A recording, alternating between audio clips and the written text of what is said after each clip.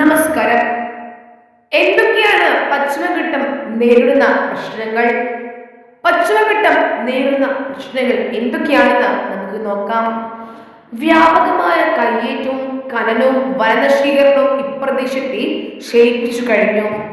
19-ാം നൂറ്റാണ്ടിന്റെ അന്ത്യം വരെ കന്യാവനങ്ങൾ നിറഞ്ഞിരുന്ന പശ്ചിമഘട്ടത്തിൽ ഇന്ന് കൂടുതൽ ഭാഗവും തോട്ടങ്ങളാണ്.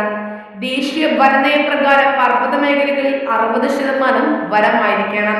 എന്നാൽ പശ്ചിമഘട്ടത്തിൽ ഇന്ന് 40%-ത്തിലും താഴെ വനം മാത്രമേ ഉണ്ടാകൂ. കർണാടകത്തിലെ കുദ്രേമുഖ് ഇരുമ്പുകനിയുടെ പ്രവർത്തനങ്ങൾ മൂലം തുംഗഭദ്ര നദികളിൽ ചളി നിറഞ്ഞിരിക്കുന്നു.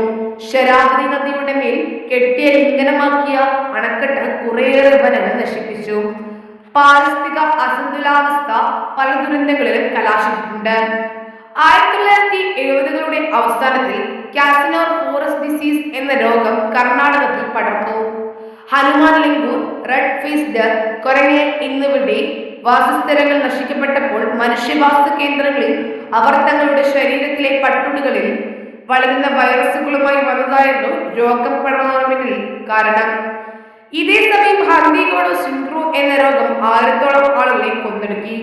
കാർവാർ, ഉത്തര കന്നഡ ജില്ലകളിലൂടെ ഒഴുകുന്ന കാളി നദിയിൽ ദാന്തേലി പേപ്പർ മില്ലും കോസ്റ്റിക് സോഡ ഫാക്ടറിയും വിഷലിപ്തമാക്കി. തമിഴ്നാട്ടിലെ താമരപർണി നദിയിൽ കരയിലുള്ള പേപ്പർ മില്ലുകൾ കാരണം മലിനീകരണം സംഭവിച്ചിട്ടുണ്ട്. കൊടൈക്കനാലിൽ രാസം ഗുരുതരമായ പാരിസ്ഥിതിക പ്രശ്നങ്ങൾ ഉണ്ടാക്കി.